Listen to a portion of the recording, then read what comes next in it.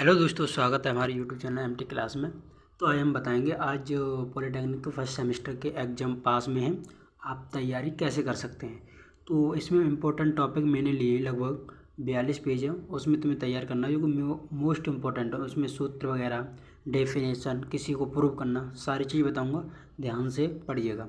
तो देखो, पहले इसमें लिखा गुरुत्वाकर्षण नियतांक। इसका जो फार्मूला होता है वो आपकी स्क्रीन पर दिख रहा है, मैं आपको दिखा देता हूँ। गुरुत्वाकर्षण नियतांक, बल यानी कि फोर्स एफ, दूरी डिस्टेंस डी स्क्वायर बटे द्रव्यमान का स्क्वायर। ये फार्मूला बहुत ही इंपॉर्टेंट है, इसको याद कर लीजिएगा, ठीक है। तो दूसरा टॉपिक है हमारा प्रतिबल। प्रतिबल को इंग्लिश में स्ट्रेस कहते हैं। Stress equal to force upon area. तो इसमें फोर्स अपॉन एरिया दिया है। प्रतिबल को कहते हैं stress equal to force upon area. प्रतिबल का जो सूत्र होता है वो होता है बल अपॉन क्षेत्रफल। तो दूसरा टॉपिक ये था। और चलते हैं, और भी सारे इसमें दिए। पृष्ठ तनाव दिया है, देखो आप देख सकते हैं। पृष्ठ तनाव equal to surface tension equal to बल अपॉन लंबाई, ठीक है, फोर्स अपॉन डिस्टेंस। श्यानता गुणांक दिया बल अपॉन क्षेत्रफल गुणा वेग प्रवणता।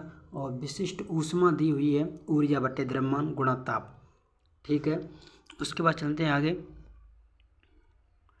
उसके बाद दिया है गुप्त ऊष्मा इक्वल टू ऊष्मा बट्टे द्रव्यमान। ये गुप्त ऊष्मा निकाली जाती है, तो इसका जो फार्मूला होता है ऊष्मा बट्टे, यानी कि ऊष्मा दी होगी उसमें हम मास से भाग कर देंगे, यानी डिवाइड, ये होगा द्रव्यमान।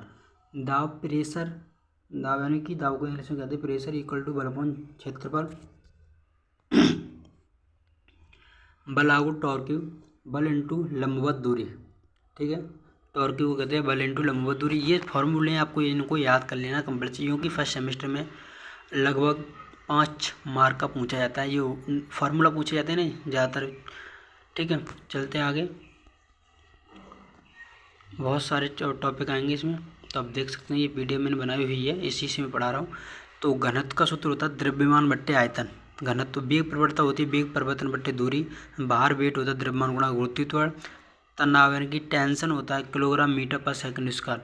उसके बाद आता है गति यूरिया काइनेटिक एनर्जी 1/2 द्रव्यमान गुणा वेग का स्क्वायर। आपको ये याद कर लेने। स्थिति यूरिया होती है पीई यानी पोटेंशियल एनर्जी द्रव्यमान गुणा गुरुत्व गुणा ऊंचाई। द्रव्यमान को केजी लिखते हैं, यानी कि इसका जो मात्रा होता है किलोग्राम।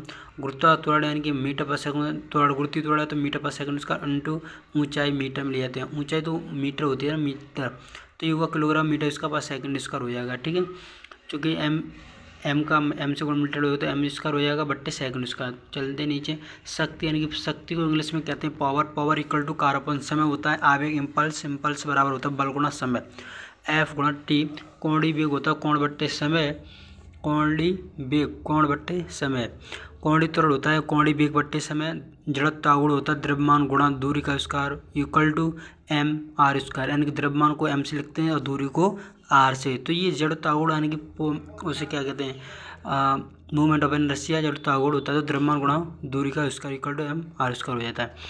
कोणीय संवेग होता है जड़त्व आघूर्ण गुणा कोणीय वेग, ठीक है। ये आपको याद कर लेने। देखो, मोस्ट इम्पोर्टेंट ये टॉपिक है, इसको मैंने भी रीड किया है और ये फर्स्ट सेमेस्टर में पूछा भी जाता है।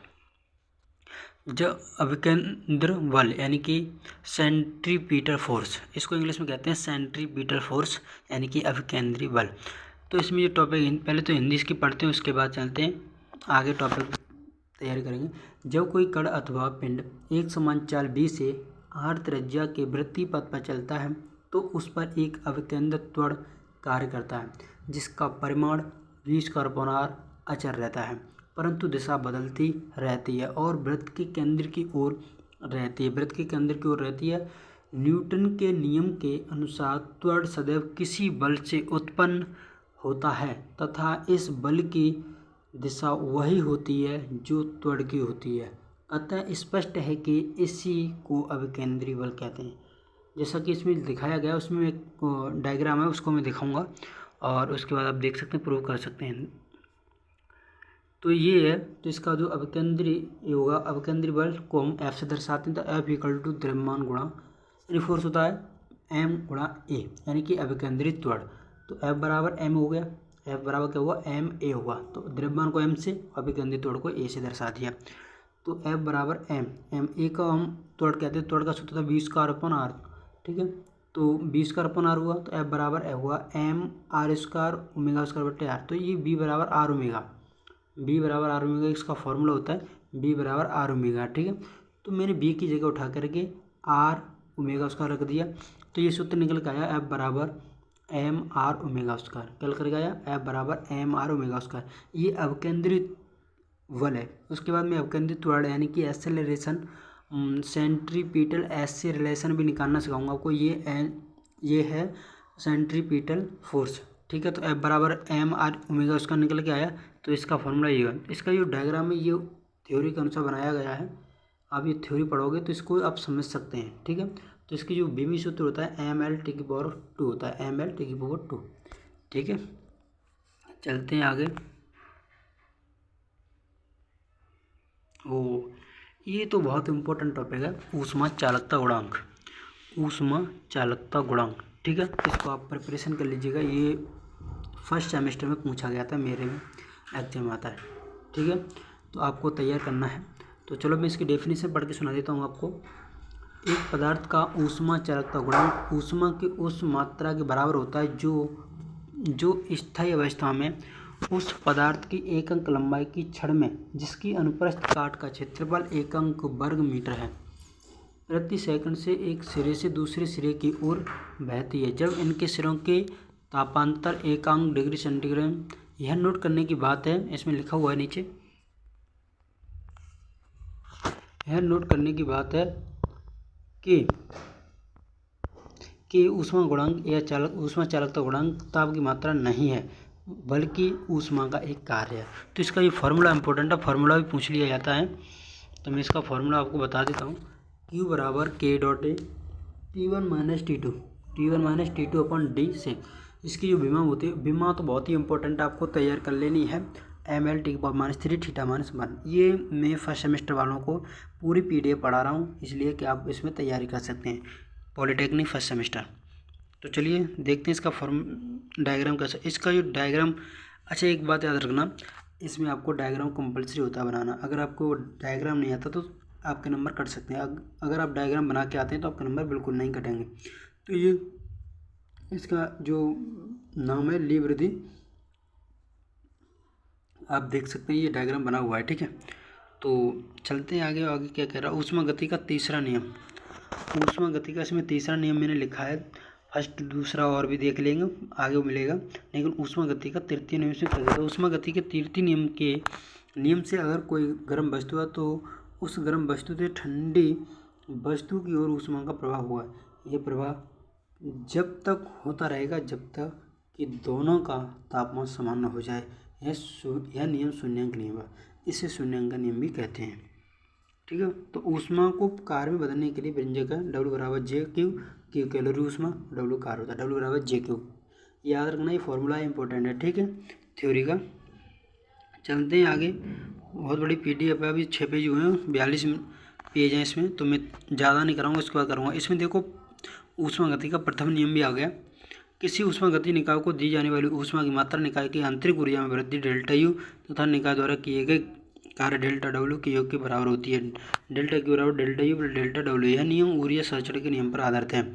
ऊष्मा गति का जो प्रथम नियम है वो ऊष्मा गति के ऊर्जा संरक्षण के नियम पर आधारित है। ऊष्मा गति का दूसरा नियम इसमें लिखा है, बहुत बड़ा थ्योरी है, इसका पढ़ के सुनाता हूँ। ऊष्मा गति का प्रथम नियम ये तो ऊर्जा संरक्षण के नियम पर आधारित होता है और इससे प्राप्त परिणाम भी शुद्ध होता है, लेकिन परिणाम अधूरा होता है और यह अधूरा परिणाम हमें ऊष्मा गति का द्वितीय नियम देता है।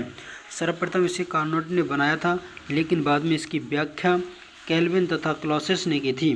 किसी निकाय द्वारा किसी वस्तु को दी गई कुल ऊर्जा का कुछ भाग उसके आंतरिक भाग को गर्म करता है तथा शेष ऊर्जा से कार्य किया जाता है। चलते हैं आगे। PDF बहुत बड़ी है। रुद्रसम परिवर्तन हेतु दाब आयतन, ताप आयतन तथा दाब आयतन के मध्य संबंध, ये बहुत इंपॉर्टेंट फॉर्मूले हैं, आपको रट लेने हैं।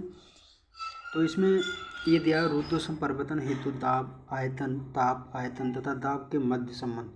ये आप एक बार पढ़िए तो सही, आप जब तो पढ़ेंगे नहीं तो समझ में नहीं आएगा आपको। रुद्रसम परिवर्तन हेतु दाब आयतन, ताप आयतन तथा दाब के मध्य संबंध, रिलेशन पूछ रहा है, रिलेशन। तो इसका पहला रिलेशन है इसमें दाब P आयतन B में संबंध।